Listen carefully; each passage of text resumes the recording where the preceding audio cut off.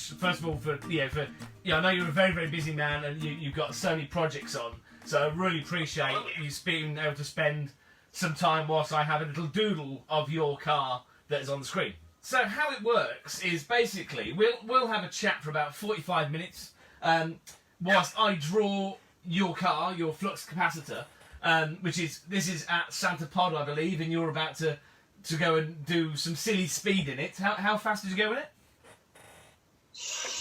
Quickest I ever went on the quarter mile was 130, and the quickest time was 9 seconds, 9.86 seconds. That was my PB, world record. Wow. For a street legal EV. Unbelievable. And how many years ago was that? 2016. 2016. Yeah. Good time. I know, and it's people do say these things are like drugs. Once you get a taste of speed, and when I say speed, I don't mean the drug. I mean actual speed. You really want it again and again. And that car, ever since having to I had to retire that car. I couldn't afford to race it every season, and it's haunted me ever since. It's like a mermaid calling me to go and dive down into the deep again. And be like, you need to be doing smoky fast things with it again. Yeah, I have to say it was a lot of fun. Right, and of course, what I'm going to do, completely inappropriate. I'm going to start drawing, and in that time you kind of just you don't need any introduction really, but introduce yourself and explain, like, first of all, how you don't need any introduction normally, like, introduce yourself, but you don't need to. I mean, so you just kind of explain how you got to where you are, in a very short introduction, some of the kind of the career highlights almost of how you've got to what you're doing now. Okay, well, I badgered a lot of magazines. I was a keen magazine reader all through the sort of early 90s. From the start of the 90s, 1990, I was 11. So all through school, I was obsessed with magazines and loved car magazines, custom cars, modified stuff. Was always interested in it. And I realised quite early on while I was at school that maths was not a strong point. Science I was interested in, but I was okay at it. But English I was pretty good at, and art I really enjoyed. So not on your level, but on a lower level. And I suppose all those interests and the reading and feeding off all this knowledge of car books and car mags, I always thought, well, maybe that's something I could do for a job.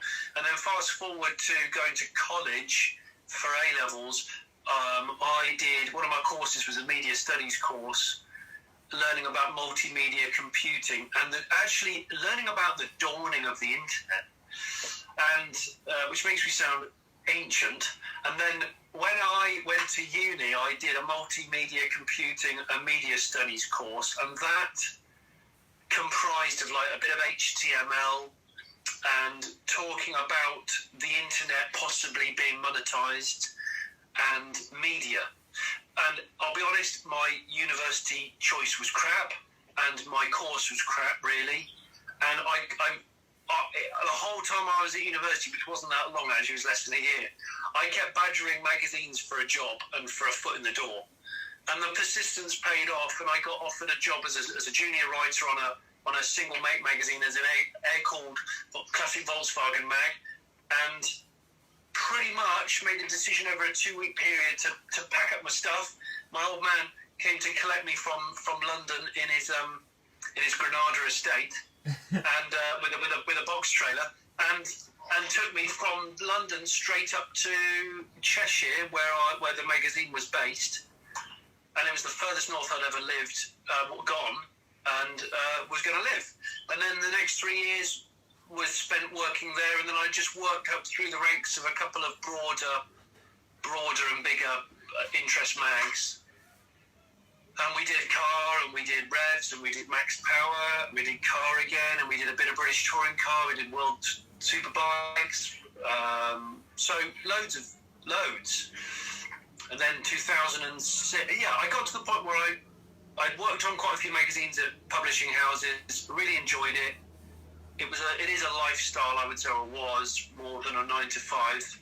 It was not great on relationships, but it was great experience. And then I got made redundant in 2006, which was a bit of a shocker, but it gave me the drop kick I needed to probably dive into self-employment, which I'd been toying with because I built up a reasonable contacts book by this point.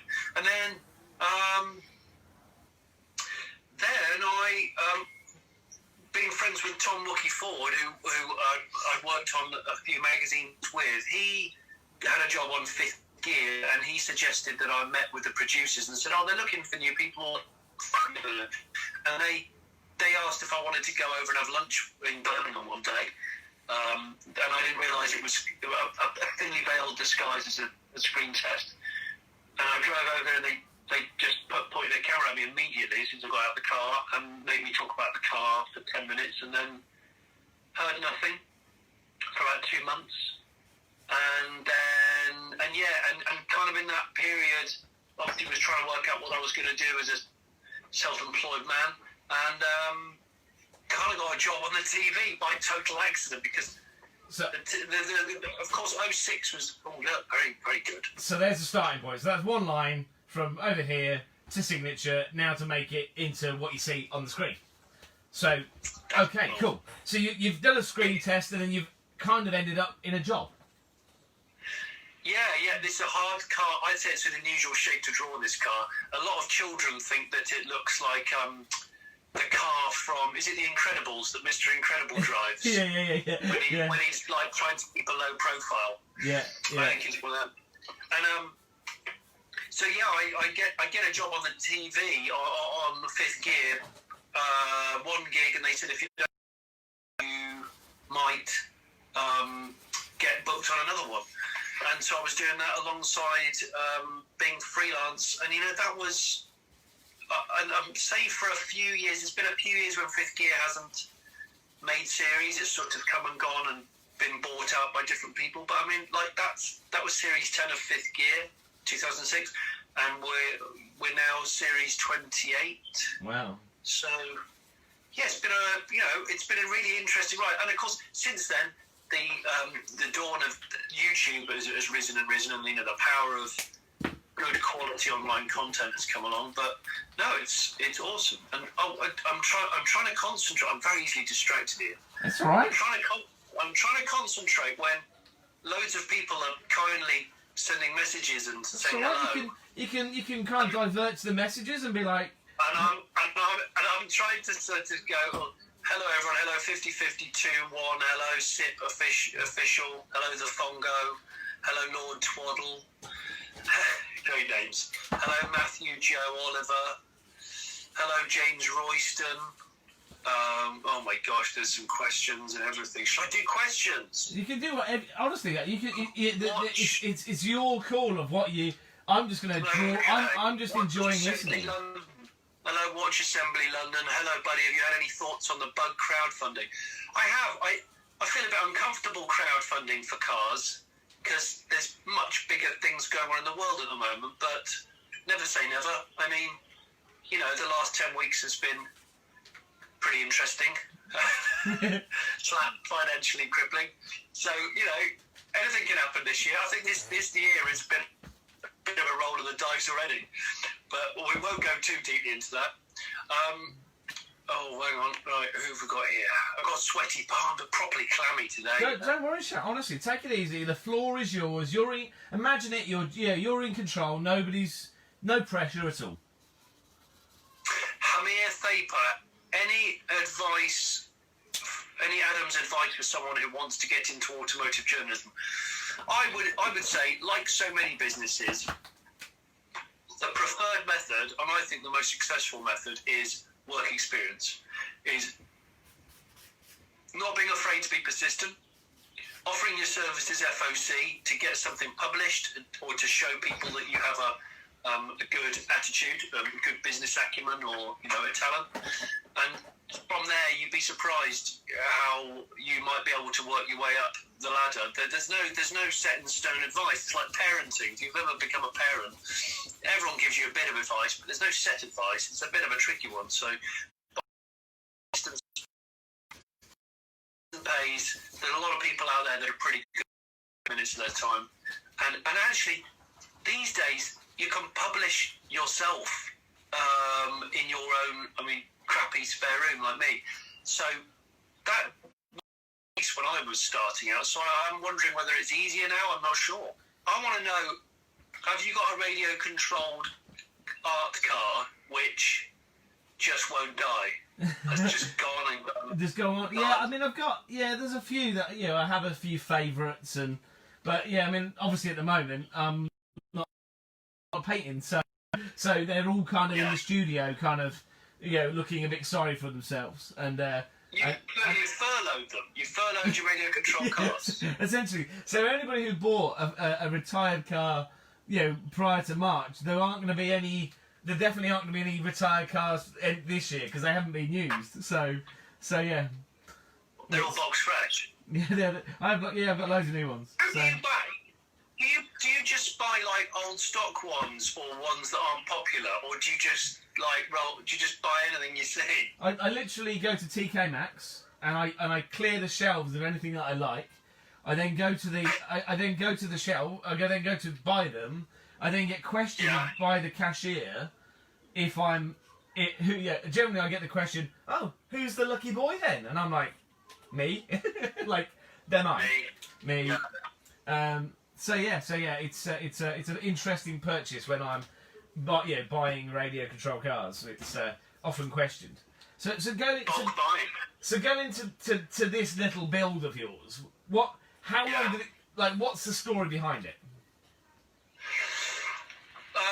The story behind the Enfield, the little yellow thing, is that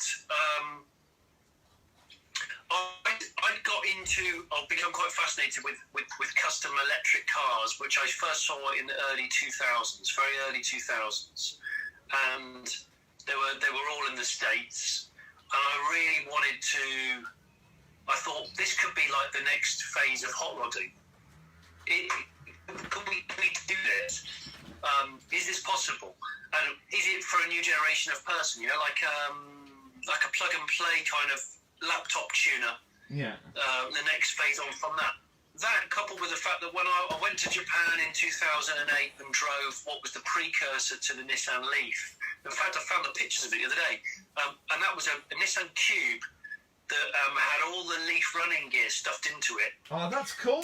Why didn't they produce that? Yeah, tell me about it. It was amazing. And I remember driving this thing in Yokohama on their test circuit, just thinking, this is awesome. It's really nice and talky. It's quite relaxing. Quite a serene experience. It feels refined and desirable, and it had a profound effect on me. And when I flew back, I thought, I wonder if this is going to suddenly become a big thing.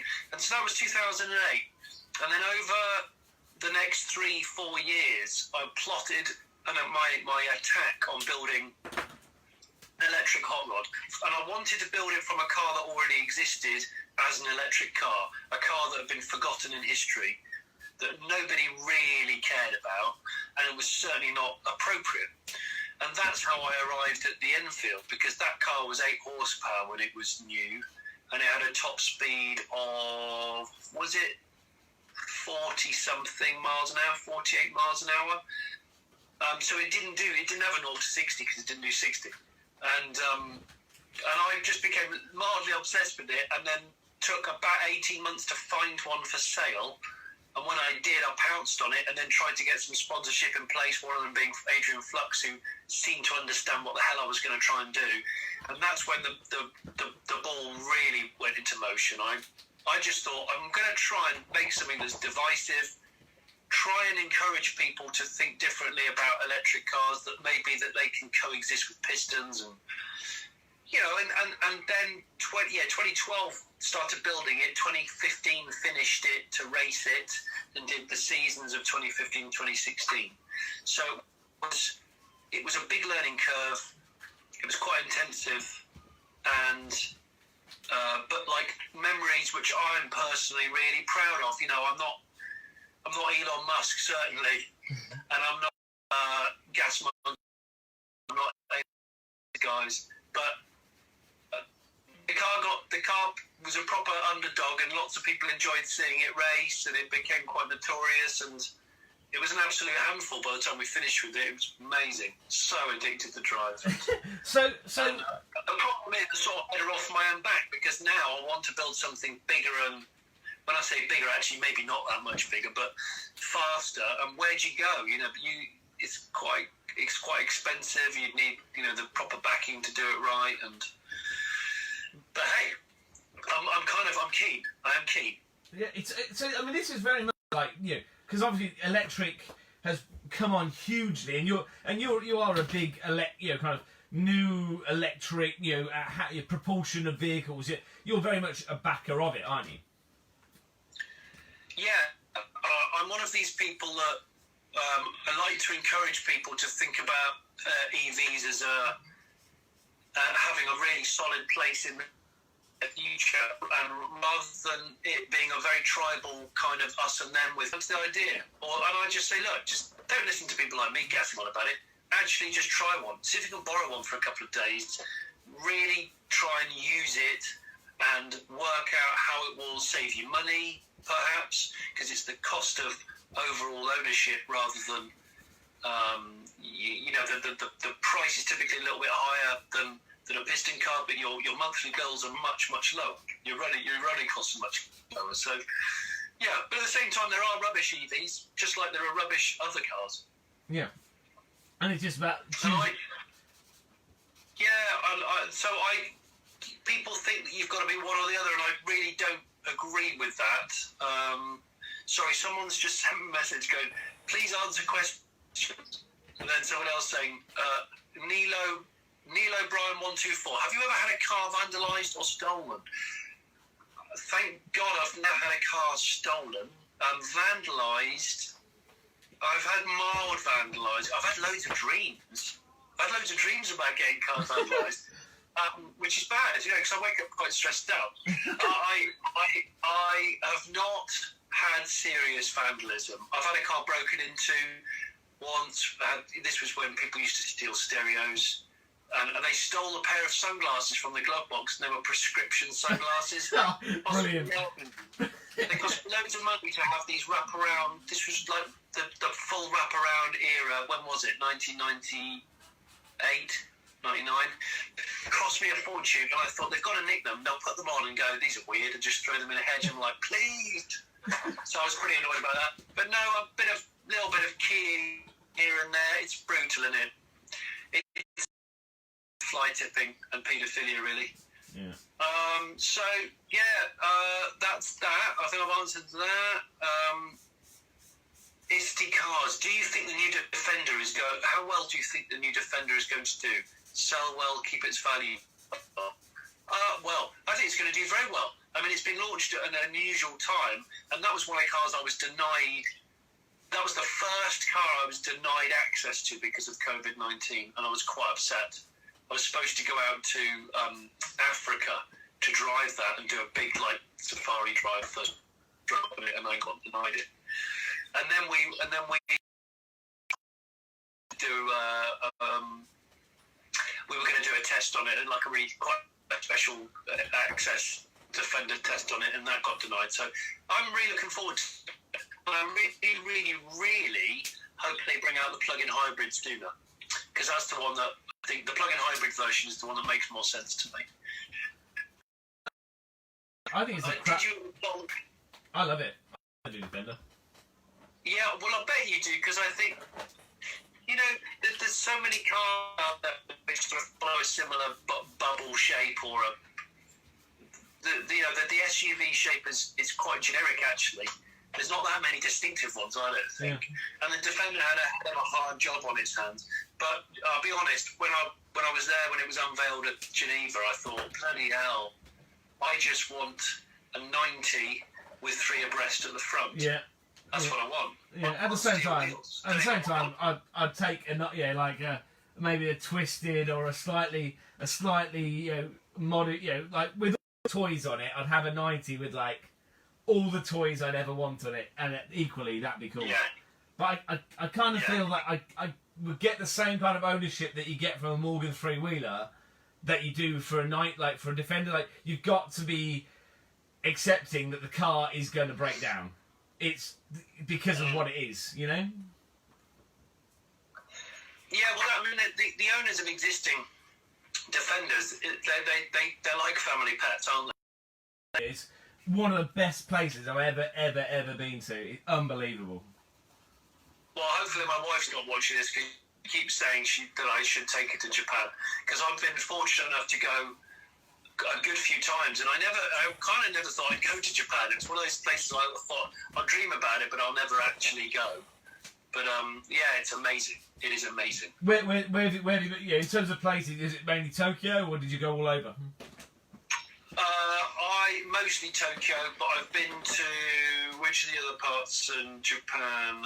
You got Hiroshima down. You got Hiroshima, like kind of far east. No, sorry, far west. I've been to the Fuji circuit. Yep. And I've been to. I got on the bullet train and went to. Oh my gosh, Shizuoka. So that's how many hours from Tokyo is that? About 3 hours. Yeah, it's about 3 hours. I mean, but the bullet train is just the best thing ever, isn't it? Yeah. Well, it looks like a clown's shoe. It looks like a heavily lacquered white clown's shoe, and you just get on it, and it just goes, it just flies. And I just thought it was hilarious, because you have to obviously stand in a very precise place with your whatever ticket you have, don't you? Yeah. Because the train sits in the station for something like 10 seconds. Yeah, it's ridiculously efficient as well. It's stupidly fast and just ridiculously efficient. Yeah, I mean, that's... Here we go. Here's one for you as a Chevette owner. Fun fact. This is from Dave Dawson. A 1UZFE Lexus V8 fits perfectly between the strut towers of a Chevette. I may have measured one when I briefly owned both. There you go. Yeah, well, I am removing the original engine and putting an MX-5 engine into mine. Sweet. Along with the gearbox. So yeah. So when fun in being able to do stuff, we'll have a Mazda MX-5 gearbox. Well, that sounds like a hell of a driver's car. You know you can set them up to drive really well, so... Yeah, well, you can lower them as well. Because they sit so high, once you lower them a little bit, and it's rear-wheel drive, and you've got, 120, 130 brake from it, and you can supercharge the MX-5 engine, and you can put an Amiga rear axle on it as well, so you can upgrade the rear axle. So, yeah. So, actually, you can get a lot of parts on a budget. Yeah. But good quality bits. Yeah. And because they're not the same budget as a Mark, they're the same age as a Mark II Escort or Mark I Escort, but they're they're not the same desirability factor. So you can kind of do stuff. No, absolutely. And look at this. I reckon there's another Chevette potential conversation point. BW_automotive. Johnny, best classic car for a first car. I think it's one of those things where, you know, men more so than women, you know, tend to not talk about their feelings, and that's just a historic thing. But the problem is it can do a lot of damage, and I think a lot of us have probably seen damage that might have done in families or ancestors. And I suppose they thought, well, you know, I feel like I've got a bit of a responsibility where people follow you and want to know what you're about. And we live in a world now where people want more detail and access than ever before. So, yes, okay, people probably are interested in me because of cars, and that's great. I am quite shallow. But at the same time, I think it's important to realise that we're all human. And like my children, sort of hero worshipping people that are online or whatever, or on TV, and it sort of worries me, because it worries me only because, you know, that doesn't make the people on TV better than them just because they're on TV. They've got a job, they're on TV, or they're professional content creators or whatever, and they'll have days when they're not feeling great, or they'll have situations that arise that are difficult to cope with. So I suppose I think, well, why can't we just say that some things aren't great and it can be a struggle? And no, I think let's have a look at show me what you're doing, because I've got all of in your. I don't know how to change that. I've got loads of people's names scrolling up. Oh, look, there it is so far. Oh, look at that! There it is so far. That's mega. So we're getting there. That really got the shape. You've properly got the shape, because it's a funny shape. Oh, yeah. It was that shot. I was like, yeah, that's the shot. You can really see it. But yeah, so we're getting there. That's the shot. Do you know the guy that designed, like the design engineer of the Enfield 8000? I've not met him yet, but I phoned him numerous times. He lives on the Isle of Wight, where the car was made, and his name is John Ackroyd. And John, what's amazing? This is one of the great things I love about this car. The podcast with him, have you as well? Yeah, we normally do a video every week called Smith and Sniff on YouTube, which has been going for a few years now, hobby, and it's just us two, motoring journalists, and he's an author and a script writer, just talking absolute bobbins, driving around and trying to review a car and then just getting sidetracked constantly by our surroundings or people or other cars, whatever. And we kept talking about doing it as a podcast. What's funny is both of us thought that it wouldn't be very popular as a podcast, but my wife, who's a marketing manager, she said, oh no, it'll be way more popular as a podcast. So when lockdown happened, we got no choice. So we both got microphones, we both just set up the podcast on Acast and got it onto Spotify and iTunes, all that stuff. And it's been rather popular. And all we do is talk at utter toss, but there's always car-tinged themes, old cars, current affairs with cars, and I don't want to blow my own trumpet, but I think today it goes out every Monday, and today we're number 3 in the charts of leisure. Overall leisure podcasts in the UK. So I think we're top of the automotive leisure. So the only people that we're beating are the Royal Horticultural Society and Gardener's Questions. So I'll take that. Yeah, I'll take that. I'd go. That's a win. If you're up against gardening and what was the other one? Gardening and what was the other one? Gardener's Question Time, Royal Horticultural Society, and the one that's just under us is Mel Gedroich Quilting. So I mean, we've beaten Mel Quilting.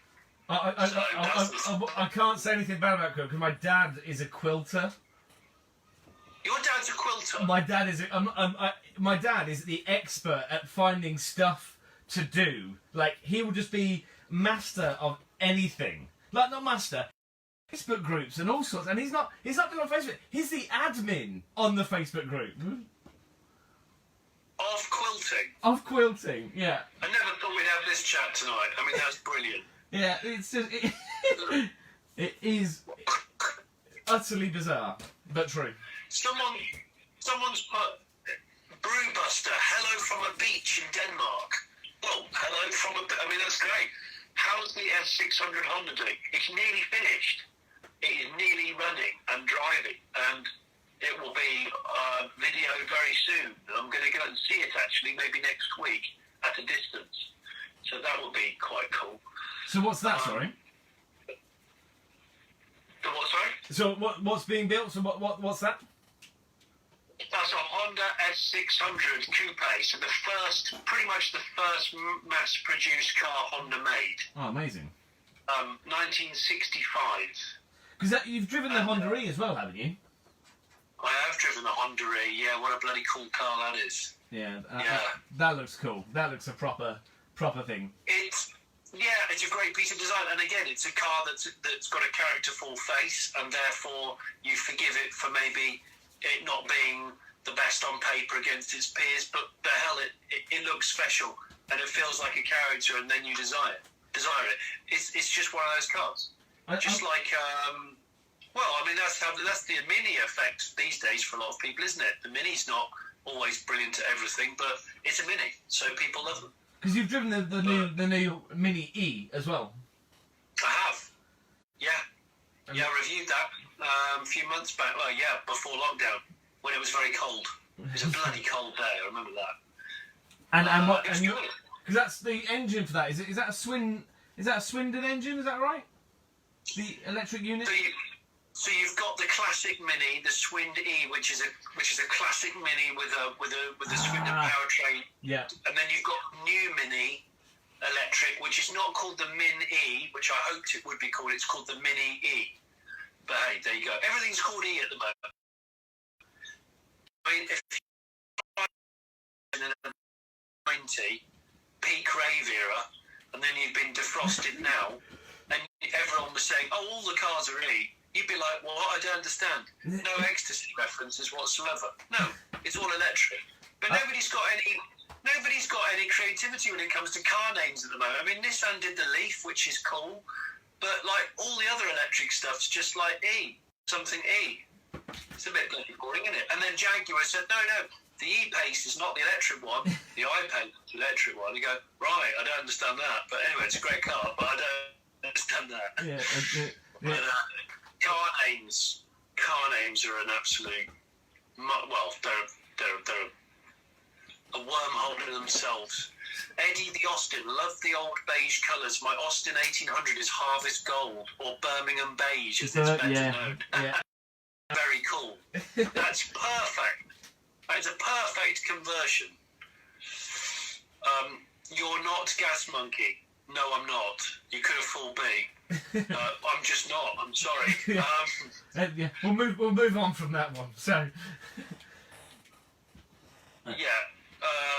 Electric cars may well save petrol cars by ADR buggy. You're actually right. I do think, and so I said this on a podcast or something the other week, or an interview.